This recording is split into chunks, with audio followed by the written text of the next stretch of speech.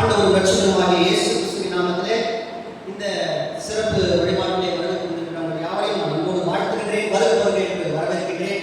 கடவுள் தாமே நம் அனைவரையும் அளவுக்கு அதிகமாக ஆசீர்வதித்து பலப்படுத்தி காப்பாராக. ஆமென். தொடர்ந்து நாம் ஒவ்வொரு வெளிப்படுத்தல் இருக்கின்ற 7 சபைகளை குறித்த காரியங்களை நாம் ஆய்ந்து வருகின்றோம். அதிலே 6 சபைகளுக்குரிய 6வது சபையுடைய அறிமுகத்தை சென்ற பகுதியிலே நாம் பார்த்தோம். ஆறாவது சபை என்ன சபை நம்ம பார்த்தோம்? அறிமுகம் பிலதெல்பியா. பிலதெல்பியா என்ற சபையை குறித்து சென்ற பகுதியிலே நாம் பார்த்தோம். பிலதெல்பியாவுடைய அறிமுகத்தை தான் நாம் பார்த்தோம். பிலதெல்பியாவுடைய முழுமையை பார்க்கல. ஆக இன்றைய நாளிலே நாம் பிலதெல்பியா சபையுடைய முழுமையை நாம் பார்க்க இருக்கிறோம். அதற்கு முன்பதாக பார்த்த ஒவ்வொரு சபைகளை குறித்த ஒரு சிறு அறிமுகத்தை நான் உங்களுக்கு சேமிக்க விரும்புகின்றேன்.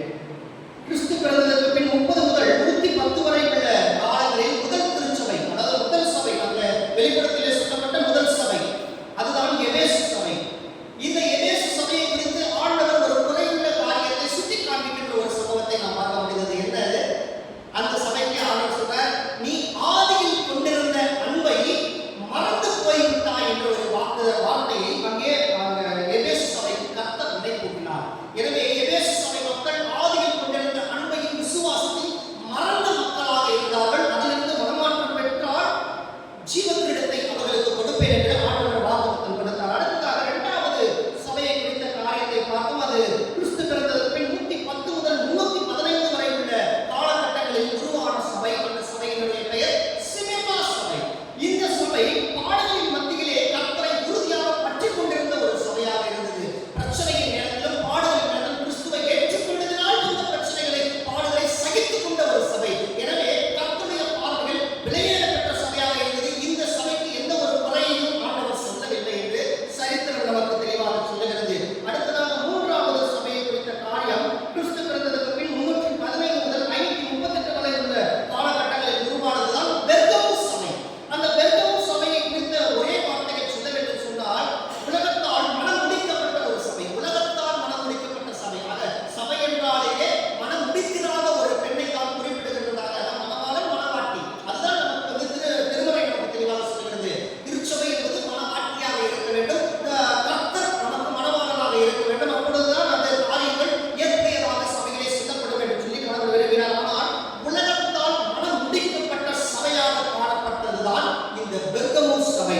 எனவே அது குறைவுள்ள ஒரு சபையாக இருந்தது என்று சொல்லி ஆண்டவருடைய பார்வையில் காணுகின்றதை நமக்கு வேத பகுதியிலே வாசிக்க பார்க்கின்றோம். அடுத்ததாக பார்க்கின்றது, கிறிஸ்து பிறந்ததற்கு பின் 538 முதல் 1518 வரை உள்ள காலகட்டங்களில் உருவான சபை தியத்திரா சபை. இந்த தியத்திரா சபைக்கு ஆண்டவர் ஒரு பெயரை சொல்லுகிறார். இது பெண் ஆளுமைக்கு உட்பட்டிருந்த ஒரு சபை. பெண் ஆளுமைக்கு உட்பட்டிருந்த ஒரு சபை. அங்கு அந்த காலகட்டங்களில் ராஜ வழிபாட்டு முறைகள் இருந்தது. அந்த ராஜ வழிபாட்டு முறையிலே தலைமை தாங்கி நடத்தியது அந்த ராணி. எனவே அந்த ராணியுடைய ஆட்சிக்கு கீழ்ப்பட்டு, அந்த ராணியுடைய சொல்லுக்கு கீழ்ப்பட்டு மக்கள் எல்லாரும் ராஜாவை வணங்க ஆரம்பித்தார்கள். எனவே இது ஒரு குறைபாடு உள்ள விக்கிரக வழிபாட்டின் சபையாக காணப்பட்டது. இதிலிருந்து மனம் மாற வேண்டும் என்று சொல்லி கர்த்தர் வாக்குறுதிகளை அந்த தியத்திரா சபைக்கு கொடுத்தார். ஆக அடுத்ததாக 5வது சபை சர்தை சபை. இந்த சர்தை சபை கிறிஸ்து பிறந்ததற்கு 1717 முதல் 1789 வரை உருவான சபை. இந்த சபைக்கு ஆண்டவர் ஒரு பெயர் சூட்டினார் என்று சொன்னால், அது விலையேறப்பட்ட கல் என்கின்ற பெயரை பயன்படுத்தினார். மற்றும் இன்னும் பல பெயர்கள் அதற்கு கொடுக்கப்பட்டிருந்தது. என்ன காலம்னா செத்த சபையின் காலம். செத்த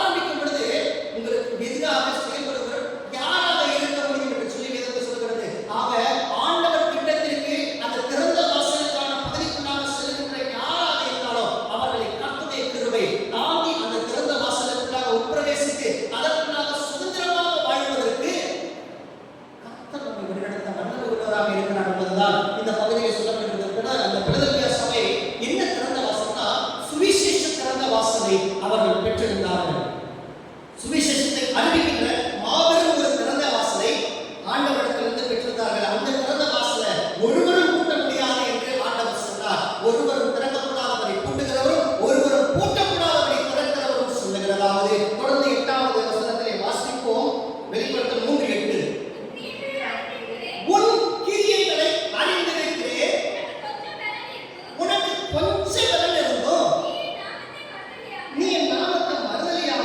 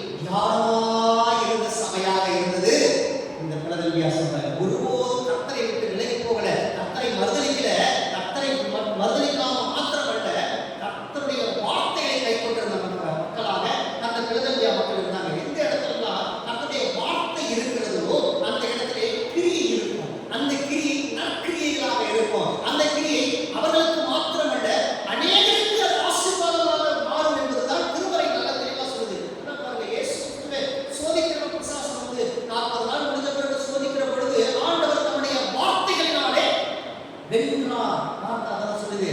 அங்கே பிசாசுகளை பிடித்திருந்த லேகியோன் என்கிற மனிதன் வந்தாரு. அவரை பிடிச்சிட்டு ஆண்டவர் கூட அடக்கடிக்கல. கர்த்தருடைய வார்த்தையினாலே அவன் சுத்தமாக்கினார். ஒவ்வொரு அற்புதத்தையும், ஒவ்வொரு அடையாளங்களையும், ஒவ்வொரு அருஞ்செயல்களையும் எடுத்து பாருங்க. கர்த்தருடைய வார்த்தை அது இருபுறமும் கருக்குள்ள புட்டையமாக இருந்தது. அந்த வார்த்தைகள் வல்லமை உள்ளதாக இருந்தது. ஏன்னா ஆதியிலே வார்த்தை இருந்தது. அந்த வார்த்தை தேவனிடத்தில் இருந்தது. அந்த வார்த்தை தேவனாய் இருந்தது. அந்த வார்த்தை தான் மாமிசமாகி பூமியிலே வந்தது. அந்த வார்த்தை தான் இப்பொழுது வடிவமாகி நம்முடைய கரங்களில் திருமறையாக இருக்கிறது. அல்லேலூயா. கர்த்தருடைய வார்த்தை அது பெண்மான்களை ஈடு செய்யும். கர்த்தருடைய வார்த்தை அது காதேஸ் வனாந்தரத்தை அதிரச் செய்யும். கர்த்தருடைய வார்த்தை அது அக்கினியை பிளக்கச் செய்யும் என்று வார்த்தை சொல்கிறது. அந்த வார்த்தைகள் மிகவும் மகிமை உள்ளது. அந்த வார்த்தைகள் வல்லமை உள்ளது. அதனால தான் சொல்றாரு, மரணமும் ஜீவனும் நம்முடைய நாவின் அதிகாரத்திலே இருக்கு. அந்த வார்த்தைக்கு மிகப்பெரிய வல்லமை இருக்கு. அந்த வார்த்தைகள் விசுவாசம் பெறும் பொழுது அது கிரியையாக மாற்றப்படுகிறது. எனவே கர்த்தருடைய வார்த்தையிலே அனுதினமும் நிலைத்திருக்கிறவர்கள் ஜீவ விருட்சத்தைப் போல அவர்கள் இருப்பாங்க. அவர்கள் தான் ஓடினாலும் விளைப்படையாமல், நடந்தாலும் சோர்வடையாமல், நீர்க்கால்களின் ஓரமாய் நடப்பட்டு தன் காலத்தில் தன் கனியை தந்திருப்பார்கள். எப்பொழுதுமே அவருடைய வாழ்க்கையில குறைவுகளே இருக்காது. ஏன்னா எல்லா நிறைவான காரியங்களையும் கர்த்தருடைய வார்த்தையினாலே அங்கே விசுவாசத்தின் அடிப்படையில் அவர்களை பெற்றுக்கொள்ள முடியும். எடுத்துக்கோ வெளிப்படுத்தல் 3வது அதிகாரம் 9வது வசனம். எனவே இது திறந்த வாசலை ஆண்டவர் அந்த பிலதெல்பியா சபை மக்களுக்கு கொடுத்தார். அடுத்ததாக இருக்கிற வசனத்தை வாசிப்போமே. இதோ யூதர்களாகிருந்தும் தங்களை யூதர் என்று பொய் சொல்லுகிறவர்களாகிய சாத்தானுடைய கூட்டத்தாரில் சிலரை உனக்கு கொடுப்பேன். இதோ அவர்கள் உன் பாதங்களுக்கு முன்பதாக வந்து நான் உன்மேல் அன்பாயிருக்கிறதை அறிந்து கொள்ளும்படி செய்வேன். பாருங்க, இதே வார்த்தை சிமிர்னா சபைக்கு வருது. ஆனா சொல்லப்பட்ட வார்த்தைகள் சற்று மாறுபாடுகள் இருக்குது. சிமிர்னா சபையும் எதனால துன்புறுத்தப்பட்டதுன்னா, யூதர் என்று சொல்லி யூதராய் இராமல் சாத்தானுடைய கூட்டமாக இருக்கின்ற அதிகாரத்தில் இருக்கிறவர்களால் துன்புறுத்தப்பட்ட ஒரு சபை. எதற்காக? கர்த்தரை தன் சொந்த ரட்சகராக ஏற்றுக்கொண்டதன் நிமித்தமாக சிமிர்னா சபை துன்புறப்பட்ட ஒரு சபை. இந்த இடத்திலும் இந்த பிலதெல்பியா சபைக்காக யாரெல்லாம் நல்லா பாருங்க, நம்ம சரியான கர்த்தருடைய திட்டத்திலே நாம் நடக்கும் பொழுது நிச்சயமாய் போராட்டம், பாடு, பிரச்சனை, துன்பம், புயலம் வரத்தான் செய்யும். அப்படி வரலன்னா அதான் பிரச்சனையே இல்லாத ஒரு வாழ்க்கையில நம்ம போறோம்னா ஏதோ பிரச்சனையான வேலையை செஞ்சுக்கிறோம் அர்த்தம். பிரச்சனையான பாதைக்காக நம்ம நடத்திட்டு போறோம்னாக்க நிச்சயமாய் ஆண்டவருடைய திட்டத்திற்கு நேராக நாம் செயல்படுத்துகிறோம். கர்த்தருடைய வேலைகளை செய்கின்ற யாராக இருந்தாலும், கர்த்தருடைய காரியங்களை நடப்பிக்கின்ற விசுவாசிகள் யாராக இருந்தாலும், கர்த்தரை தன் சொந்த ரட்சகராக ஏற்றுக்கொண்ட யாராக இருந்தாலும் அவருடைய வாழ்க்கையில் இருந்து ஆதி அப்போஸ்தலருடைய வாழ்க்கை எடுத்து பாருங்களேன். ஒவ்வொரு மனிதனுடைய வாழ்க்கையிலும் அவர்கள் சிறைப்பட்டு போன ஒவ்வொரு காரியங்களையும் பாருங்க. அவர்கள் நடந்து செல்கிற அந்த ஊழிய பாதைகளையும் பாருங்க.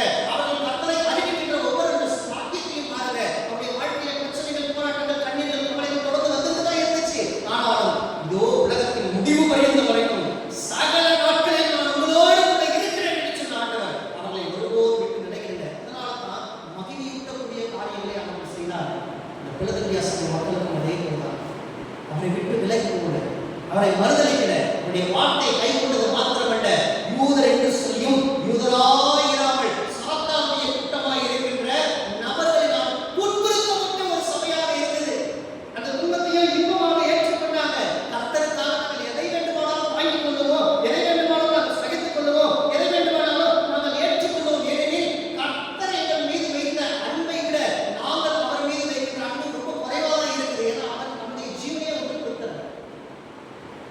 நாம் அப்படிப்பட்ட ஒரு அன்பை நம்ம செஞ்சிருக்கிறோம் அப்படின்னா அது ஒரு கேள்விக்குறியாக இருக்கிறது என்பதை அறிந்து கொண்டவர்களாக இருந்தவர்கள் இந்த பிலதெல்பியா சபை மக்கள். எனவே கர்த்தருடைய பாதையிலே நேர்த்தியாக நடத்தப்பட்ட ஒரு நபர்களாக இருந்தாங்க. அது மாத்திரமல்ல, இப்படிப்பட்ட நடந்த ஜனங்களுக்கு கடவுள் ஒரு ஆசீர்வாதமான வார்த்தையை அந்த வசனத்தை கொடுக்கிறார் பாருங்க. இதோ அவர்கள் உன் பாதைகளுக்கு முன்பதாக வந்து பணிந்து நான் உன்மேல் அன்பாயிருக்கிறதை அறிந்து கொள்ளும்படி செய்வேன். பார்த்தீங்களா? அவர்களால் துன்பத்தை ஏற்றுக்கொண்டாங்க, அவர்களால் துன்பத்தை சகித்துக் கொண்டாங்க. ஆனால் கர்த்தர் வாக்குத்தத்தத்தை கொடுக்கிறார், யார் உனக்கு எதிராக எழுதுகிறார்களோ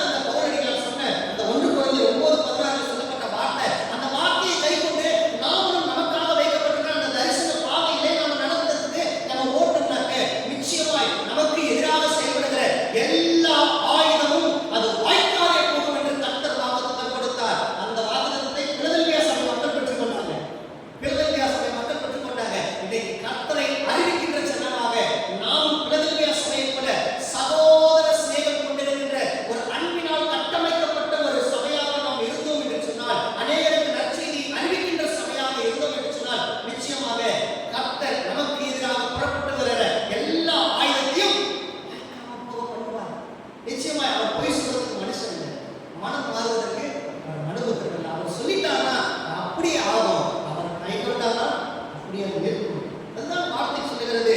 எடுத்துக்குவோம் 10வது வசனம், வெளிப்படுத்தல் 3ஆம் அதிகாரம் 10வது வசனம். என் பொறுமையை குறித்து சொல்லிய வசனத்தை நீ காத்துக் கொண்டபடியினாலே பூமியிலே குடியிருக்கிறவர்களை சோதிக்கும்படியாக பூச்சக்கரத்தின் மேலுக்கும் வரப்போகிற சோதனை காலத்துக்கு தப்பும்படி நானும் உன்னை காப்பேன் என்று ஆண்டவர். பாருங்க, இந்த விடுதலை சபைக்கு அப்படியே ஆசீர்வாதத்துக்கு மேல ஆசீர்வாதத்துக்கு வாக்குத்தத்தம் அப்படியே கொடுத்துட்டே இருக்கு. இந்த ஆசீர்வாத அளவுக்கு அதிகமா சொல்லிட்டு கொண்டாங்க. எதற்காக? எப்படி? அவரை ஏற்றுக்கொண்டு அவருடைய வசனத்திலே கை கொண்டு அவரை மறுதலிக்காமல் நடந்ததுனால தான். பாருங்க, மிகப்பெரிய ஒரு ஆசீர்வாதங்க. என் பொறுமையை குறித்து சொல்லிய வசனத்தை நீ காத்துக் கொண்டிருந்தால் திருப்பி திருப்பி 2 தடவை வருகிறாங்க இந்த பகுதியிலே. 2 தடவை கர்த்தருடைய வார்த்தையை தன் இருதயத்திலே வைத்து வைத்தேன் என்று செய்கிறதான்னு சொல்றாரு. இப்ப எல்லா நேரங்களிலும் வசனத்தை கை கொண்டுகிறவர்களுக்கு ஒருபோதும் துன்பம் கிடையாது. வசனத்தை கை கொண்டு நடக்கிறவர்களுக்கு ஒருபோதும் இடரல் கிடையாது. வசனத்தை கை கொண்டு வசனத்தின்படி நடக்கின்ற யாராக இருந்தாலும் அவருடைய வாழ்க்கையை ஆசீர்வாதம் அளவில்லாமல் இருக்கும் என்பதற்கு சாட்சி பிலதெல்பியா சபை மக்களுடைய இந்த விசுவாச வாழ்க்கை. அதைத்தான் சொல்றாரு ஆண்டவரே. அந்த பொறுமையுள்ள வசனத்தை காத்துக் கொண்டபடினாலே சோதனைக்கு நீங்கள் தப்பித்துக் கொள்ள முடியும் என்று அந்த பிலதெல்பியா சபை மக்களுக்கு ஆண்டவர் வாக்குத்தத்தத்தை கொடுத்தார். அது மாத்திரமல்ல, அடுத்து வருகின்ற வசனத்திலே ஆண்டவர் ஒரு மிகப்பெரிய ஒரு ஆசீர்வாதத்தை அடுத்ததாக வைக்கிறார். 11வது வசனம், இதோ சீக்கிரமாய் வருகிறேன், ஒருவரும் உன் கிரீடத்தை எடுத்துக் கொள்ளாதபடிக்கு உனக்கு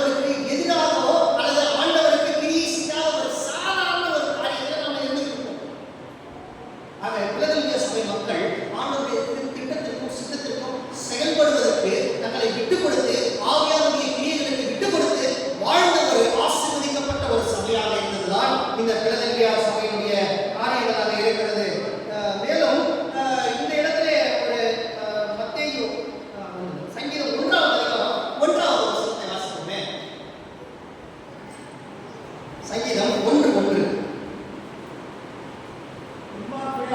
துன்மார்க்கனுடைய ஆலோசனையில் நடக்காமலும் பாவிகளுடைய வழியில் இல்லாமலும் பரியாசக்காரர் உட்காரும் இடத்தில் உட்காராமலும் கர்த்தருடைய வேதத்தில் பிரியமாயிருந்து இரவும் பகலும் அவருடைய வேதத்தில் ஞானமாயிருக்கிற மனுஷன் வாக்கியம். பாருங்க, இந்த இடத்துல சொல்லப்பட்ட வார்த்தைக்கும் இந்த பகுதிக்கும் என்ன ஒரு ஒற்றுமை வேற்றுமை இருக்குன்னா, கர்த்தருடைய அபிஷேகம், கர்த்தருடைய வல்லமை, கர்த்தருடைய ஆளுகை ஒருவனை நிரப்பி இருந்தது என்று சொன்னால், நிரப்பி இருக்கிறதை பெற்றுக்கொண்டதை இன்ஸ்டால் பண்ணி அவன் கிரியிலே காண்பிக்க ஆரம்பித்தான்னா இந்த காரியங்கள் எல்லாம் நடக்க மாட்டான். என்ன? துன்மார்க்கனுடைய ஆலோசனையில் நடக்க முடியாது, பாவிகளுடைய வழியில் நிற்க முடியாது, பரியாசக்காரர் உட்காரும் இடத்தில் உட்கார முடியாது.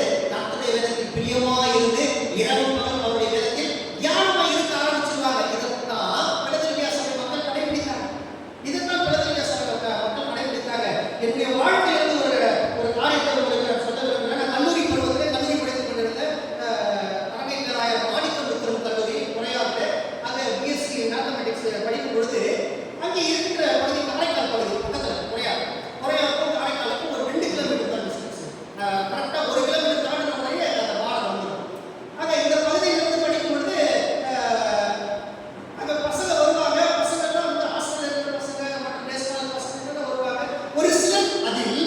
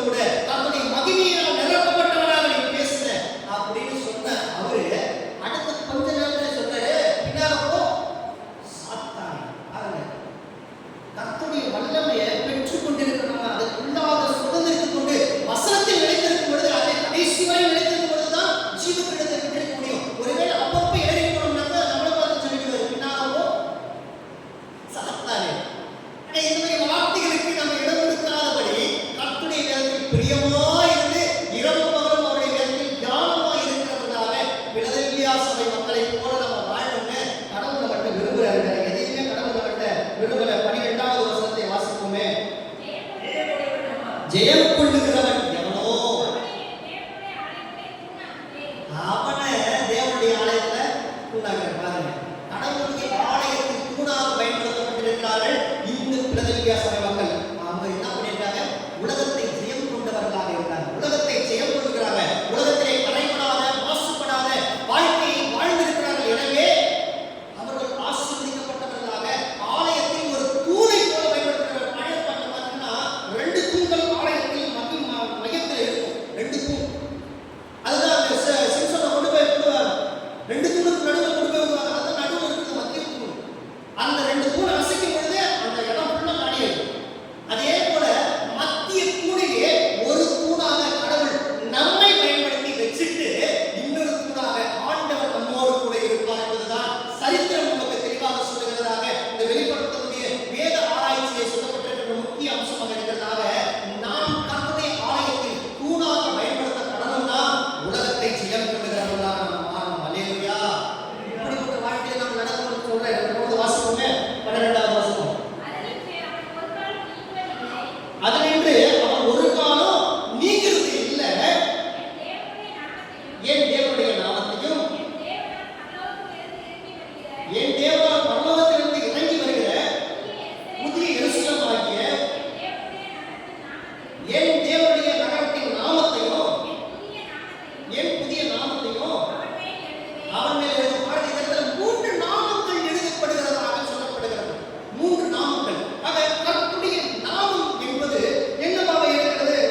கொரிந்தியர் 10 தெளிவாக சொல்லப்பட்டிருக்கிற வசனத்தை வாசிப்போமே. இல்ல வெளிப்படுத்தலே அவர் கர்த்தருடைய நாமத்தை குறித்து 19வது அதிகாரம் 13வது வசனத்தில் சொல்லப்பட்டிருக்கிறதை எடுத்து வாசிப்போம். வெளிப்படுத்தல் 19:13. ரத்தத்தில் தோய்க்கப்பட்டிருந்த வஸ்திரத்தை தரிச்சிருக்கிறான். அவருடைய நாமம்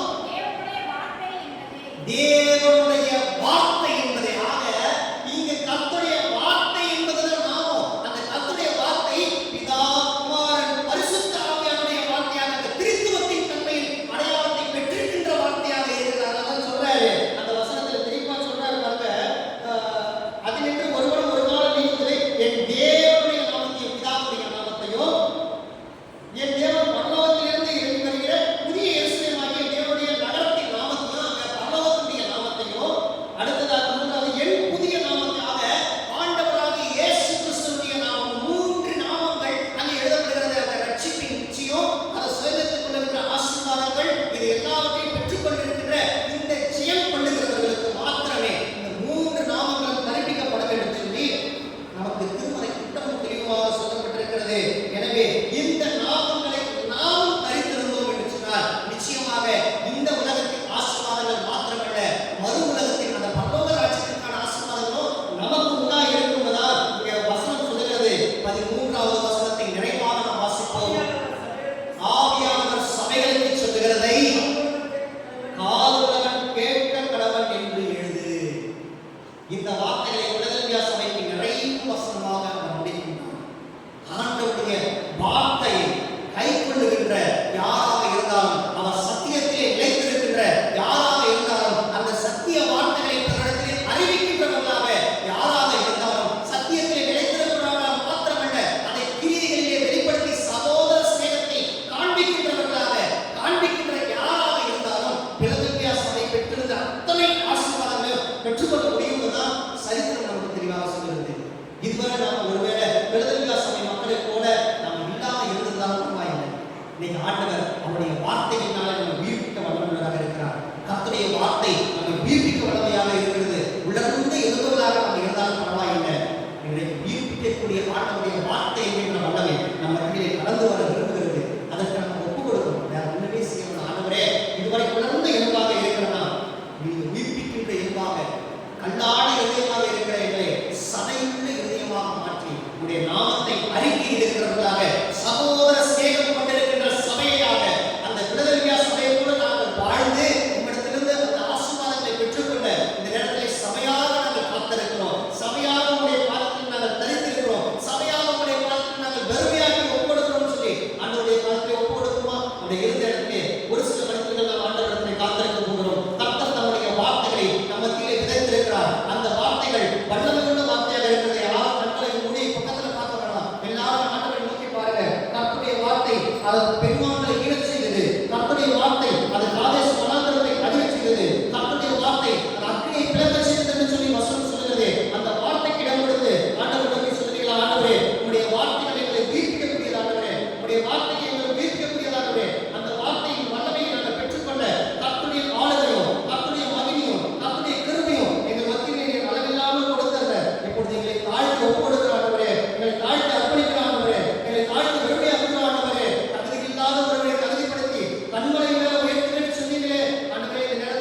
தாழ்த்தி அர்ப்பணிக்கிறோம். உடைய நாமத்தை மகிமைப்படுத்துகின்றவர்களாக நாங்கள் இனி வாழ வளர கர்த்தர் எங்களுக்கு உதவி செய்யுங்கப்பா.